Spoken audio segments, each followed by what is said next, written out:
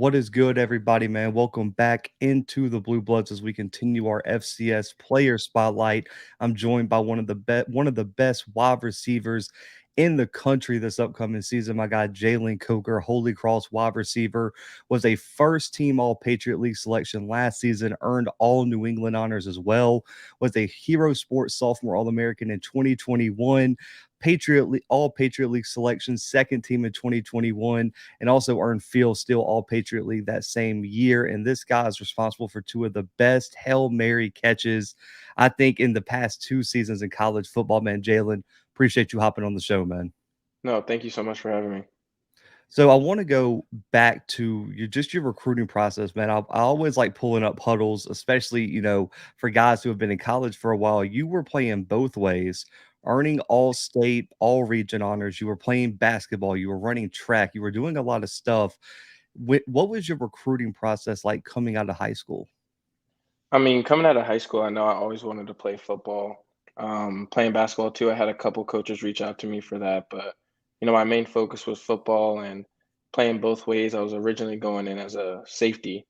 I was trying to play DB, but I really wanted to play receiver, and any school that would take me a receiver, that's where I wanted to go. So I knew that that's what I wanted to do. What was it about Holy Cross that stood out in the recruiting process, and ultimately what were the reasons why you decided to sign with them? Yeah, no, definitely. I would say the reason I decided to sign with Holy Cross is just, what the school brings just as a whole, like not just the football, but just after college is over, after football is over, like they say, it's not the 4 years that matter, it's the next 40. So it's like, that was really a big thing for me. I wanted to get an education and I wanted to have a chance to play immediately. So I mean, that just sounded like the best decision for me.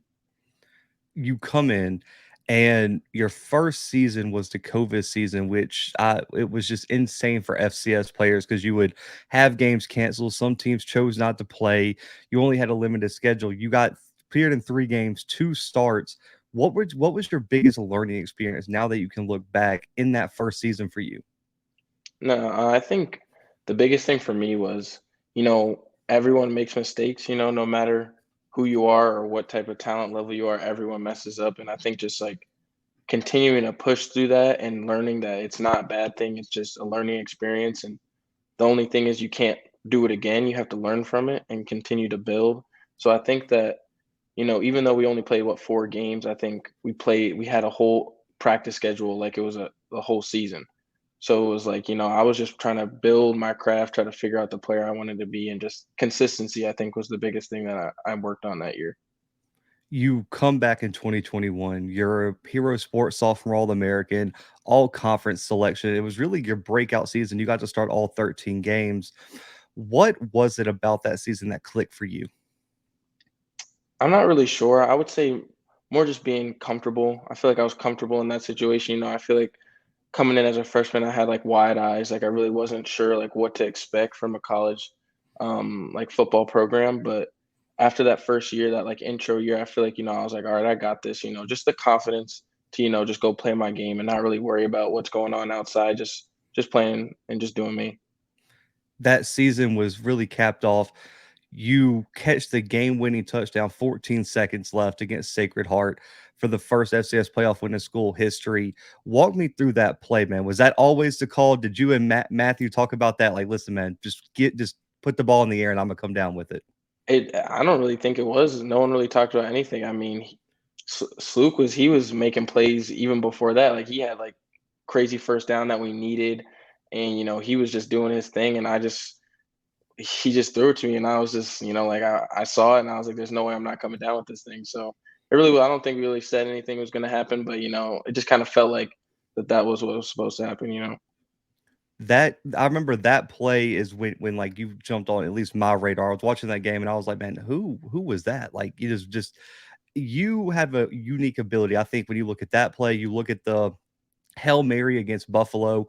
Then there was a play, I want to say it was against Colgate this year, where there was a picture, and I think he had your jersey pulled as far out as he possibly could, and you still caught the football on him. Talk about your ability to win those one-on-one jump balls. Yeah, I think the biggest thing for me is like I think playing like basketball and all these other sports, I just feel like I've always had like a knack for the ball, like to know where it is, like good ball skills. So I think whenever it's in the air, I try my best to make sure I'm the only one that's able to catch it. So if that means boxing out, if that means getting a little tug on the jersey, if that means I'm jumping above the guy, whatever I can do to get the ball is just, that's all I really want to do is just get that ball for him. W what did it mean to you now that you're going into your final season at Holy Cross. You look back, you have the game-winning catch for the first ever FCS playoff win. You have the Hail Mary catch to give Holy Cross an FBS win over Buffalo last season. What was the energy surrounding the locker room after that Hail Mary this season against Buffalo, where I think you were on SportsCenter for probably 3, 4 weeks after that? No, it was awesome. I mean, there's a video I know Holy Cross posted something, but like no one even believed that I even caught it because it was like they couldn't see. I know Sluka was telling me he didn't even think I caught it until he saw everyone running on the field. But no, it was just hype though. I feel like even though it was a game winner, or whatever, like over what I mean, I feel like we always thought we were gonna win that game, and I feel like everyone, as soon as the ball went up, everyone's telling me, they weren't surprised that I came down with it.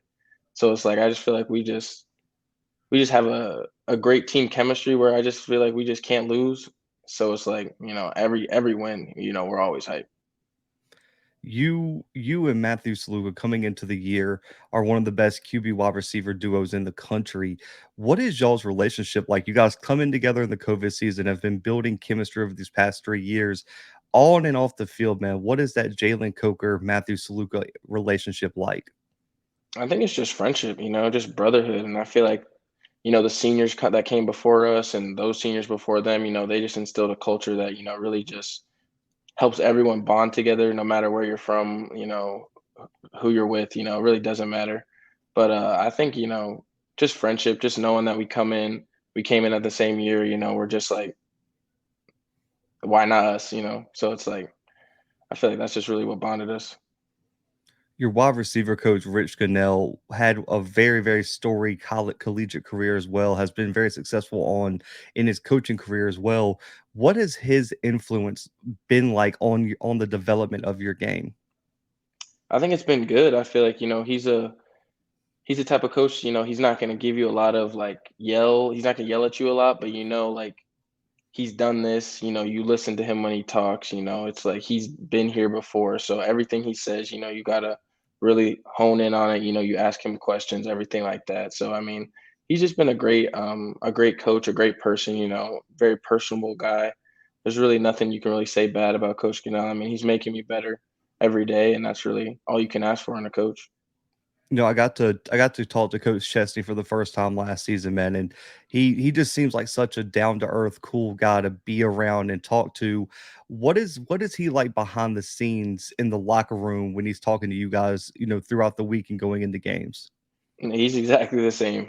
He's exactly the same, exact same dude. I mean, he's funny. Like you said, he's personable. I mean, he's just got all the requirements for a good head coach. He's a great person, great father. He does everything right. And, we see that even when the cameras are put away. So, I mean, I really can't say enough about Coach Ches and his coaching staff. He's really done a great job putting this team together. I think it's interesting looking at Holy Cross's coaching staff. It's one of probably the younger coaching staffs in FCS in terms of just overall age. Does that change kind of the dynamic in the locker room in terms of how they're able to relate to the players on the roster?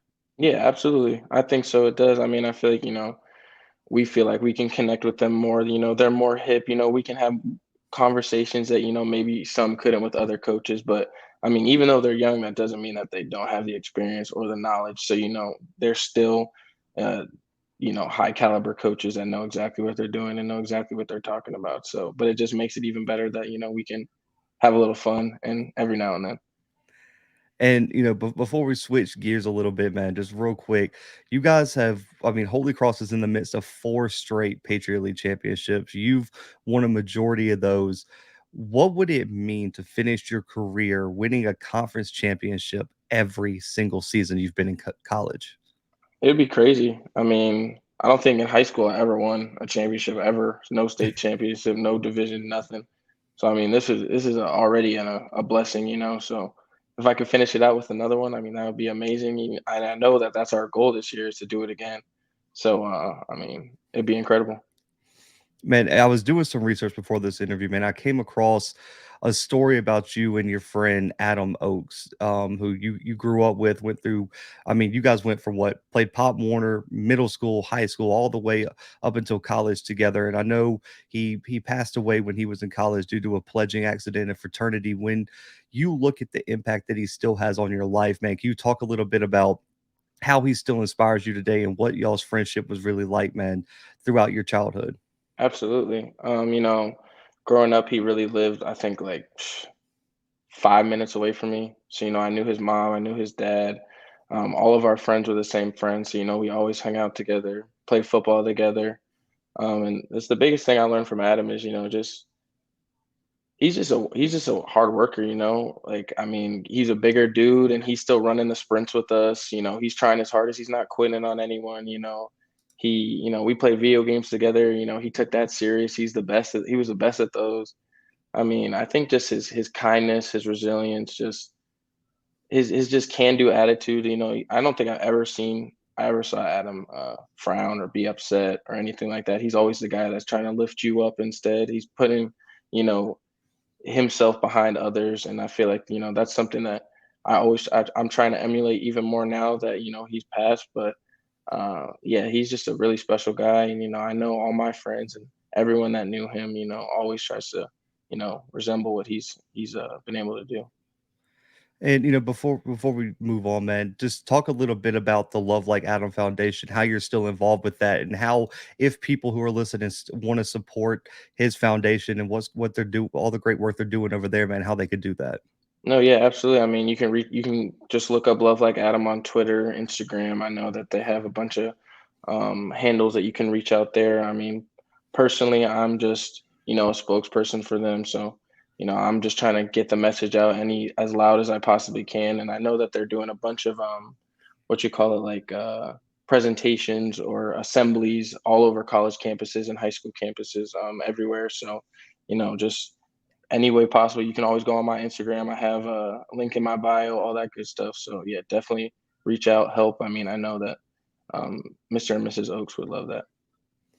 Guys, and if you're listening to this interview on YouTube, there's going to be a link in the bio of this video where you can find more about that foundation. And also, will be linked on our Apple podcast and anywhere you're listening to podcast and on our social media when we post this. But man, to shift towards your family, because I think one thing I've noticed, man, every time that our publication tweets out something with Jalen Coker's name in it, your mom, I think, is the first retweet on that post every single Yeah. time. And I know you're an older brother to two younger siblings, man, and it means a lot to me too. Because man, my brother's I got two brothers under 15 right now too. So like, I understand what it's like to be the real big brother. Talk a little bit about the impact that your family has had on your just career thus far, and how much they mean to you and help you through this whole process. No, yeah. I mean, I guess I'll just tell a story. I mean, at one point, coming in freshman year, COVID, things were difficult, things were hard, and I was like, you know what, like maybe football really isn't for me anymore. Like this stuff's difficult. Like I don't really know if I'm not doing well, like stuff like that. So I called my mom, and she was like, I really think you should stick with it. Like she's like my like rock. Like whenever I need something, like anything like that, like I call her because even though it may not be what I want to hear or what I like, it's what I have to hear and it's what I need to hear. So like she's always going to be that person for me. And my grandma, my grandpa, they were raising me when I was little. When my dad was working, my mom was working, I was with them. So I feel like I've always just had a tight, close bond with them. And my dad, of course, he's why I do this. My inspiration. He's been doing this forever. So all I wanted to do as a young kid was just become like my dad. So I feel like just that group and just that, it's like a it's like just that bond that we all share and just the I don't know what you even call it, like the camaraderie. Everything's just, they all want me to succeed. So, it just makes it easier for me to just work hard and, do things for them because they've been doing this for me for, 21 years now. So Man, I I love that message. I definitely feel you on that though. My grandmother lives with me now, And man, she like I remember spending the summers with her. Like I think I spent more time with my grandmother than I did my parents some years. So I Hmm. definitely feel you on that, man. But I think Holy Cross, a real quick follow up, does a great job of incorporating your guys' family to everything you guys do. I don't think there's another program where I've seen more pictures, videos, social media after the game where it's you guys and your family celebrating on the field. I don't think I've seen any university do that. Is that something in the locker room that really, for you at least, separates Holy Cross from other places? Is how much they really incorporate your guys' family into what's going on with this team? Yeah, I mean, definitely.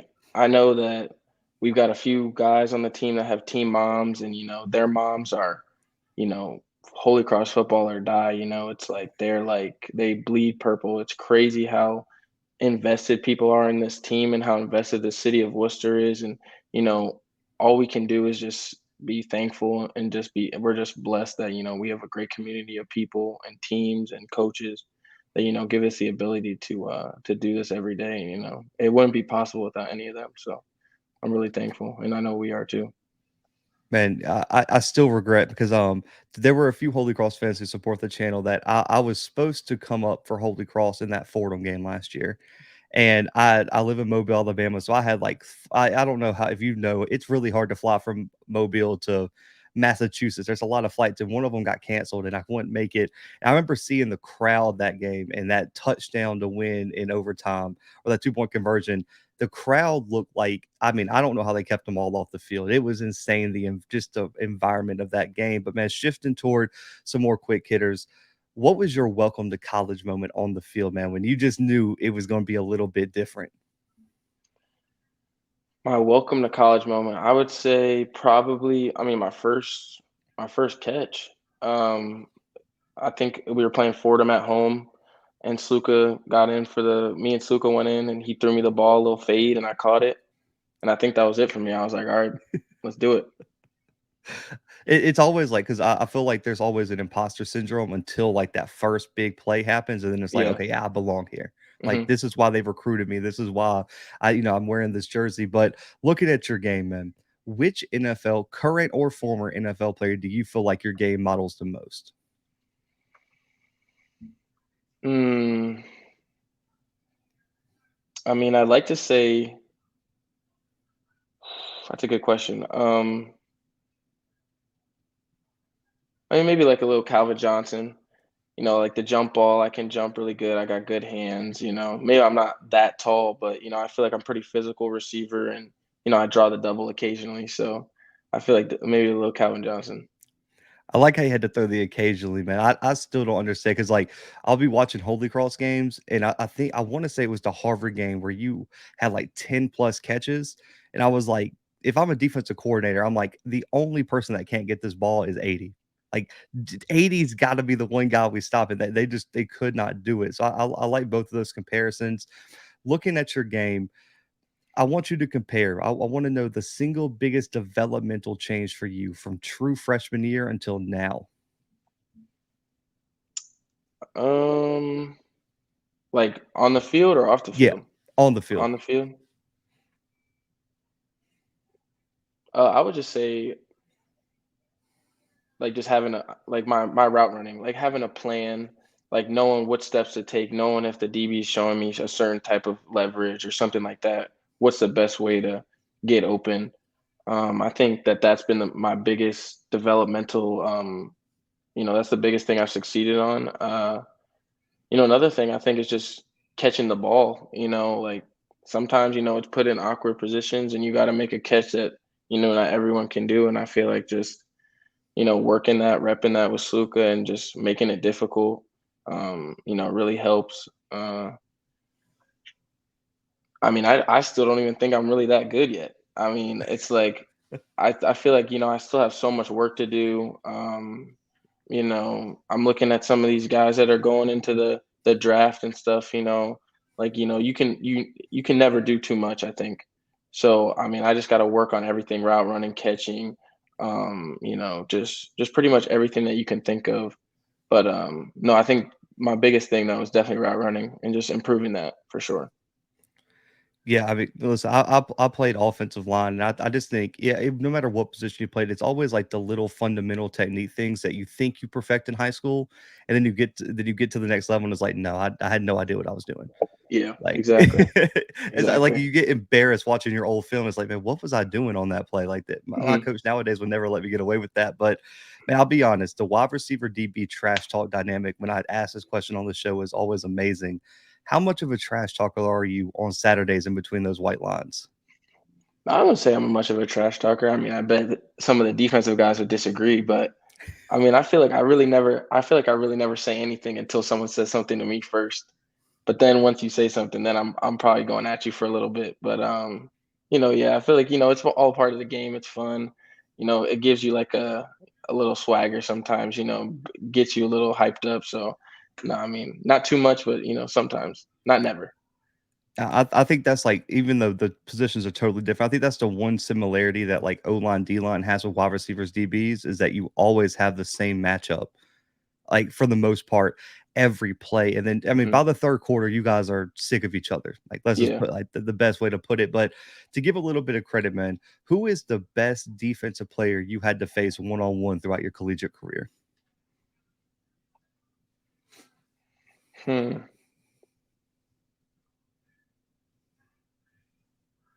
Probably Christian Benford from where was that? What school is that? But I want to say Villanova, right? Villanova. Yeah, Christian Benford from Villanova. Yeah.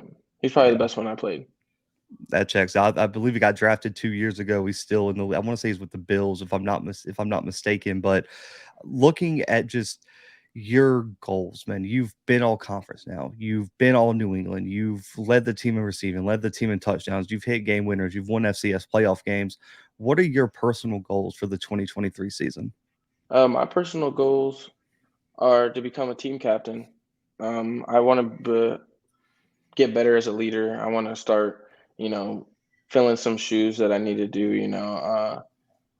But I mean, really nothing. I just want to let my game do the talking, and whatever accolades I get, and I'm happy for it. But at the end of the day, I'm just trying to focus on my team, win, and just be a leader for all the young guys and all my friends. You guys have made 2 consecutive runs in the FCS playoffs now, and you just consistently make it further. And I think out of all the playoff teams, I know this sounds crazy to people who don't watch FCS football. You guys probably played the national champs closer than anybody else in the postseason. What has been your biggest learning experience throughout your 2 runs in the FCS playoffs? That everyone that plays in there is good, no matter who it is, no matter what they look like on film, they are good. So I think just coming out with a mentality like that and not sleeping on or undermining a team just because of a certain record or player or anything like that, I think that's something that we've learned a lot. Just every time we step on the field, just act like it's going to be our last game, which it is. So it's like we gotta play hard, fast, and we gotta limit the mistakes too.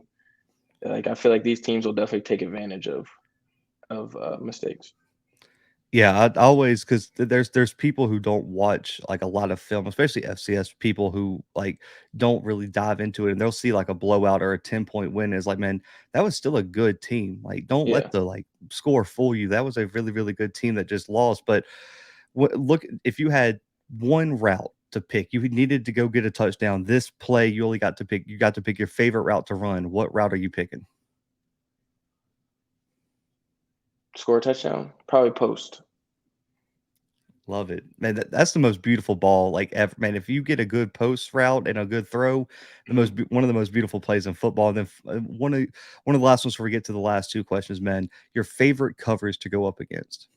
Man, I love when the DBs press because then I beat him off the line. That's a touchdown. Mm. I think we've all seen that too many times, man. But the final 2 questions, man.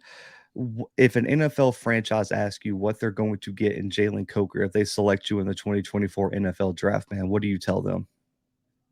I would say, you know, charismatic, hardworking, team player, big locker room guy. I'm gonna a good energy, and you're gonna get a amazing athlete as well. So it's like, I really don't see what you're missing. Obviously, not the perfect player, but I will work hard and do everything I can to become exactly what I need to be. Man, love it. And then final question. We've talked about your journey, man. We've talked about everything that you've had to just get through up until the senior year. What would it just mean to you, for your family, for everything you've done thus far, to be one of the next Holy Cross players to hear their names called in the NFL draft? I think it would be everything. I mean, I feel like I've been talking about this with my family since I was like 8, that I wanted to play in the NFL and I wanted to do this and I wanted to go to Hall of Fame and all this stuff. And I feel like that's every kid's dream. And now that I'm, closer and closer to that goal, it's surreal, but it just means that, that's I have to put that much more work into for it to become a reality because at this point it's been, college and everything's been kind of laid out for me. And these next couple of steps I'm gonna have to take upon myself and actually work and do the things that most people or some people don't want to do. So it's going to be a hard journey, but I mean, I feel like I'm confident, and I know my family's excited for everything that has to come. So you know, Man, Jalen, I appreciate you hopping on the show, man. This is definitely one that I've been looking forward to for a long time, man. But let people know where they can find you on social media, contact you for NIL, and any messages, anything you want to say to the people, man. This time is yours.